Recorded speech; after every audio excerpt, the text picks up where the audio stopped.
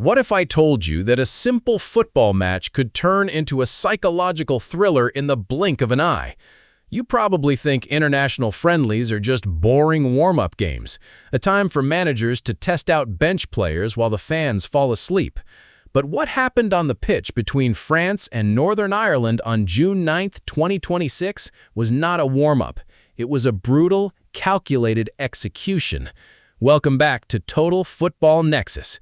If you think you know how dangerous this French team is right now, you are completely wrong. Because last night, one man did not just play football, he dismantled an entire national team all by himself. The clock struck 12:40 a.m. in India. The lights were blinding. The stadium was practically buzzing with that nervous energy you only feel before a storm hits.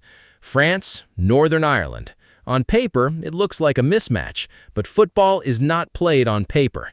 It is played on grass, with sweat, pressure, and absolute chaos. Northern Ireland came into this game knowing they were the underdogs. Their strategy was simple. Defend with everything you have. Park the bus. Frustrate the French superstars. Make them angry. Make them make mistakes.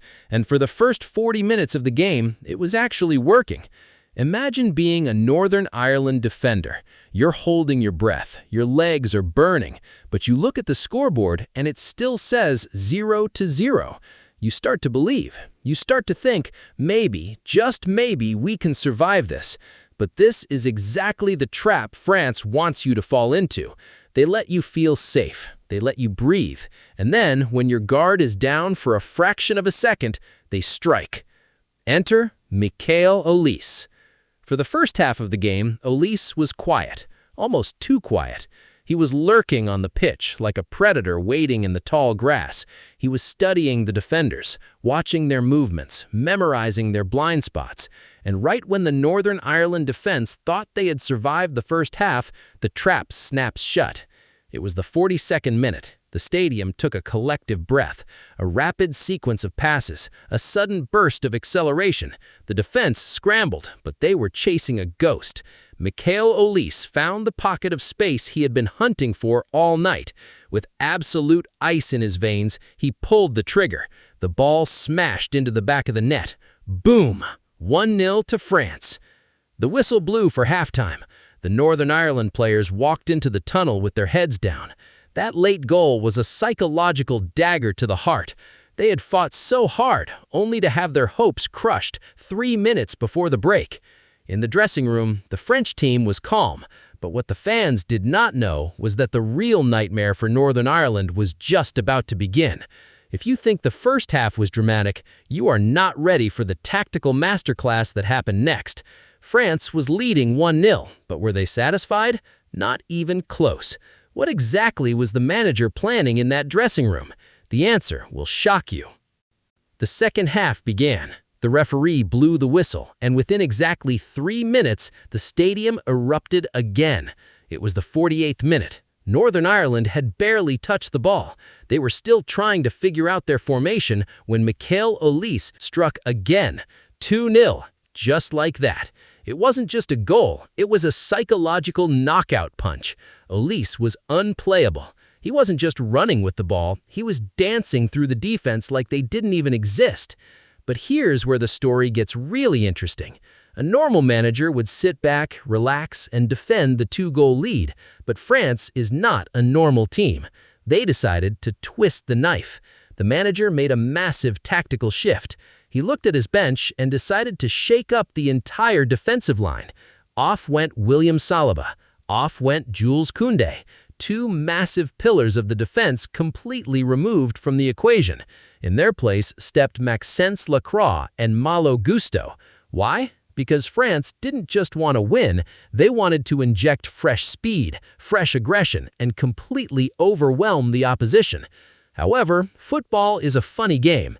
Sometimes when you make massive changes, you lose your rhythm. And in the 63rd minute, the unthinkable happened. Out of absolutely nowhere, Northern Ireland found a crack in the fresh French defense. Patrick Kelly found himself with a golden opportunity.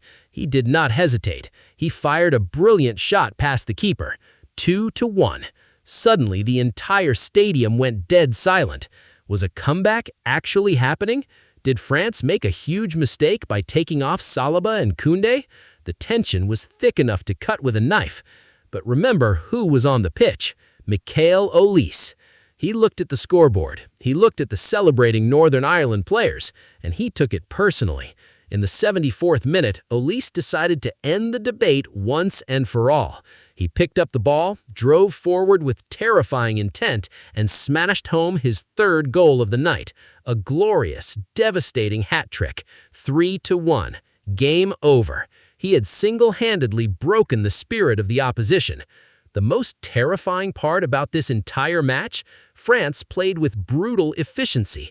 90 minutes of intense, high-speed football, and not a single yellow or red card was shown to anyone. It was a clean, clinical assassination. And just to remind the world exactly how deep this French squad is, the manager made one final move in the 90th minute. As Adrien Rabiot walked off the pitch, the crowd roared. Stepping onto the grass was none other than the legendary midfielder N'Golo Kante. Bringing on Kante in the 90th minute of a game you've already won is not just a substitution, it's a flex. It's a message to every other team in the world. France is ready, and Michael Olise is their new lethal weapon. But if you think this match tells the whole story, you're missing a massive piece of the puzzle. There's a hidden reason why France's tactics are shifting so aggressively this year. To know more about this, click the link in the description and watch the video right now.